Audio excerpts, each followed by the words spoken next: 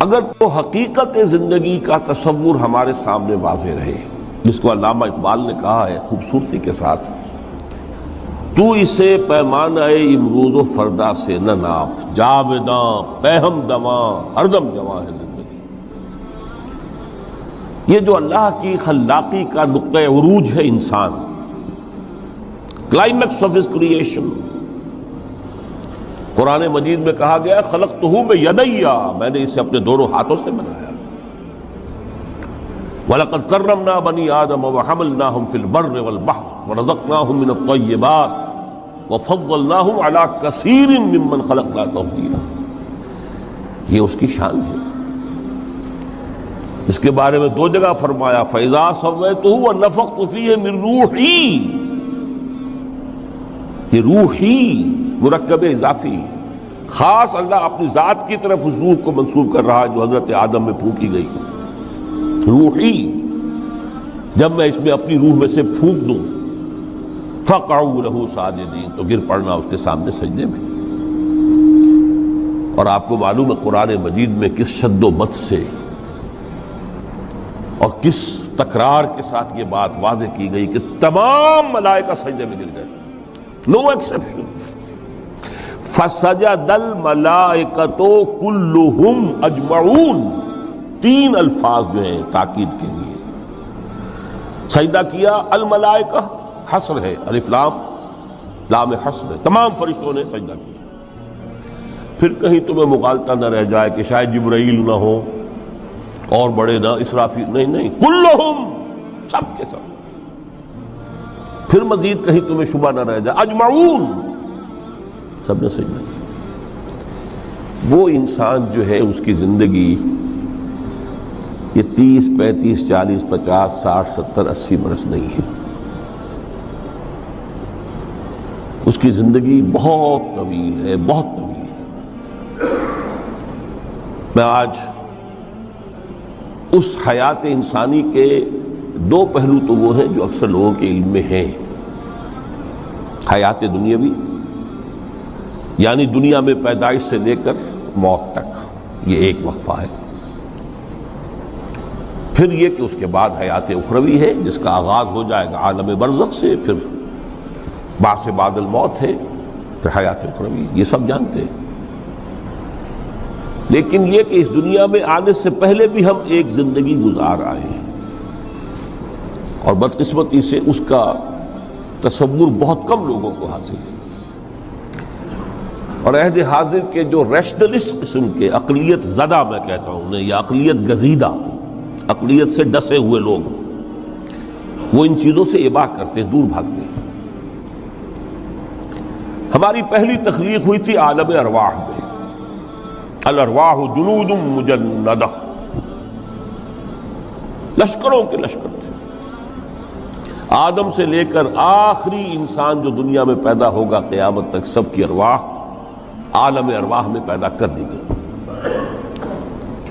وہاں عہد لیا گیا الست بربکم قالوا بلا، کیا میں تمہارا رب نہیں ہوں، مالک نہیں ہوں؟ ہم سب نے عہد کیا تھا، کیوں نہیں؟ شہیدنا، ہم گواہ، یہ عہد الست۔ اور ظاہر بات ہے کہ عہد جو ہوتا ہے جب تک انسان کو اپنی ذات کا شعور نہ ہو، خود شعوری نہ ہو، آپ دنیا میں معاہدہ کرتے ہیں تو کہتے ہیں کہ بقائمی ہوش و حواس میں یہ عہد کر رہا ہوں، معاہدہ کر رہا ہوں، تو ظاہر بات ہے کہ اس وقت ہم تھے اور ہوش و حواس کے ساتھ تھے، خود شعوری کے ساتھ تھے،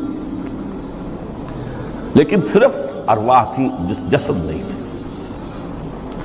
اور یہی ہے وہ مقام جس کے بارے میں حضور نے سے جب پوچھا گیا کہ متى وجبت لک النبوۃ یا رسول اللہ، اللہ کے رسول آپ کو نبوت کب ملی؟ تو آپ نے فرمایا والآدم بین الماء والطین، ابھی آدم کا حیولہ جو ہے ابھی گارا گوندھ ہی رہا تھا، پانی اور گارے کے درمیان ہی تھے آدم، کہ میں اس وقت بھی نبی تھا۔ عالم خلق کا ابھی آغاز نہیں ہوا، ابھی عالم ارواح میں بھی جو تمام ارواح ہیں وہ اپنی امتیازی شان کے ساتھ ہیں۔ روح محمدی صلی اللہ علیہ وسلم، جس سے اگر نور محمدی کہیں تو غلط نہیں ہے، اس لیے کہ ارواح کا جو مادہ تخلیق ہے وہ نور ہے۔ جیسے فرشتوں کا مادہ تخلیق نور ہے۔ مسلم شریف میں حضرت عائشہ صدیقہ رضی اللہ تعالی عنہ سے روایت موجود ہے، اللہ نے فرشتوں کو نور سے پیدا کیا۔ روح، فرشتے روح ہیں، ارواح ہیں، روح القدس، روح الامین، اور ارواح انسانیہ بھی روح ہے، یہ سب ان کا مادہ تخلیق نور ہے۔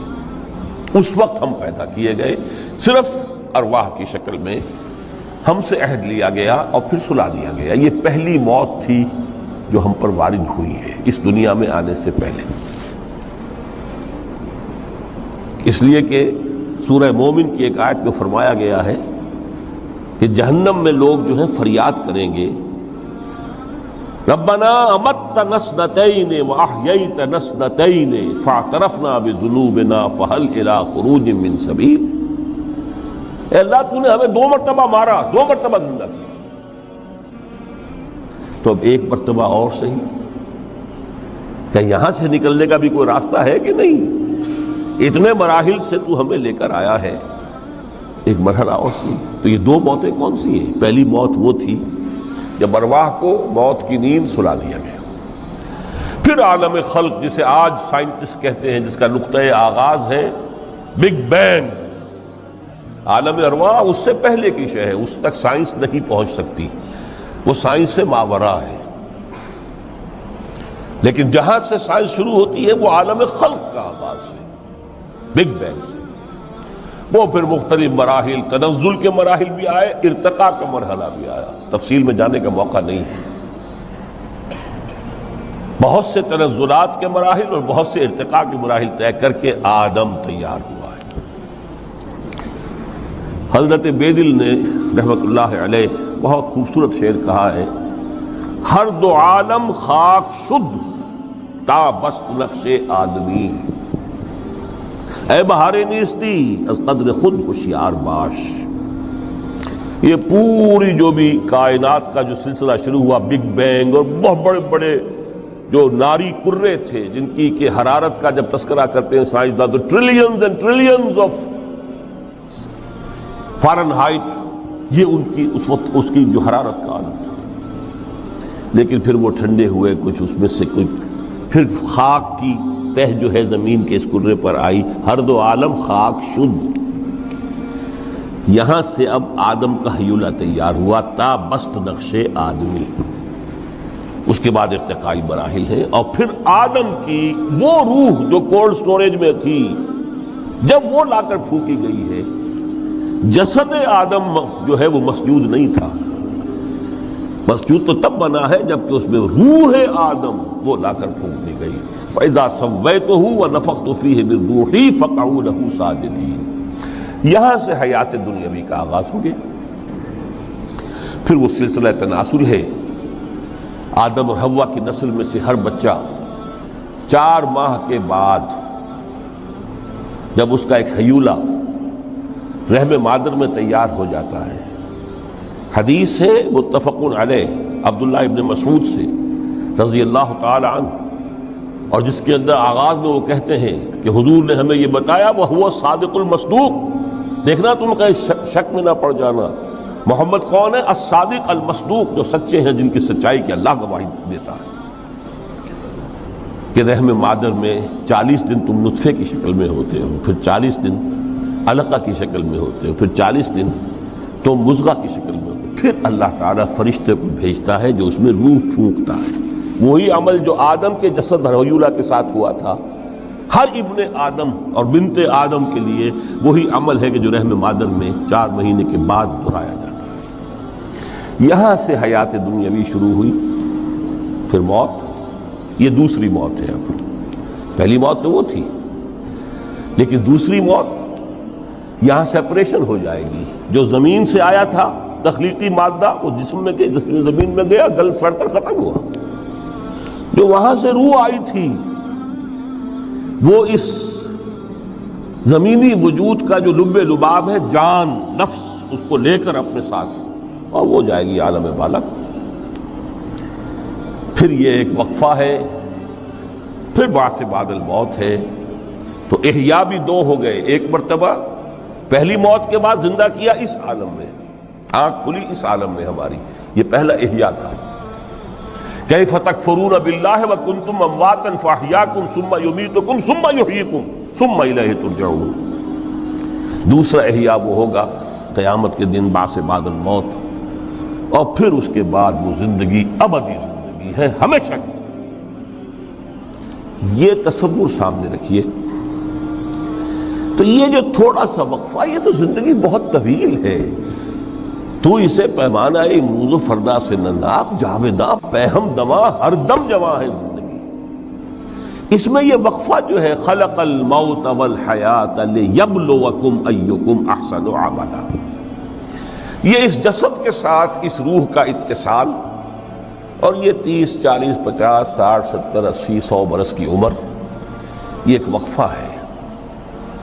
یہ امتحانی وقفہ ہے. تمہیں جانچا جا رہا ہے، پرکھا جا رہا ہے. ایکم احسن عملا، اس کو بھی اقبال نے اسی نظم میں خوب بیان کیا ہے کہ قلزم ہستی سے تو ابھرا ہے مانند حباب، اس زیاں خانے میں تیرا امتحان ہے. اب اگر تو دو چیزیں انسان پر واضح رہیں، اور نہ صرف واضح رہیں، مستحضر رہیں. واضح تو ہو جاتی ہے ایک چیز، پھر آدمی بھول جاتا ہے، تو کوئی فائدہ نہیں دیتا اس کے. مستحضر ایک یہ کہ اصل زندگی آخرت کی زندگی ہے، طویل ہے.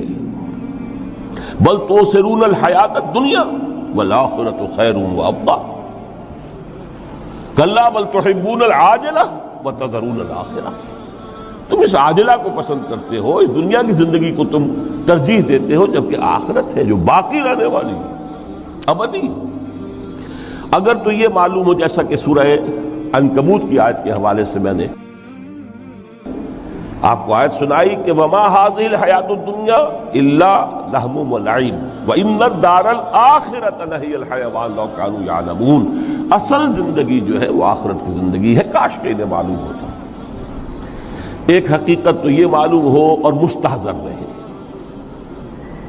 کہ اصل زندگی آخرت کی زندگی ہے، اور دوسری حقیقت یہ کہ یہ دنیا کی زندگی ایک امتحانی وقفہ ہے.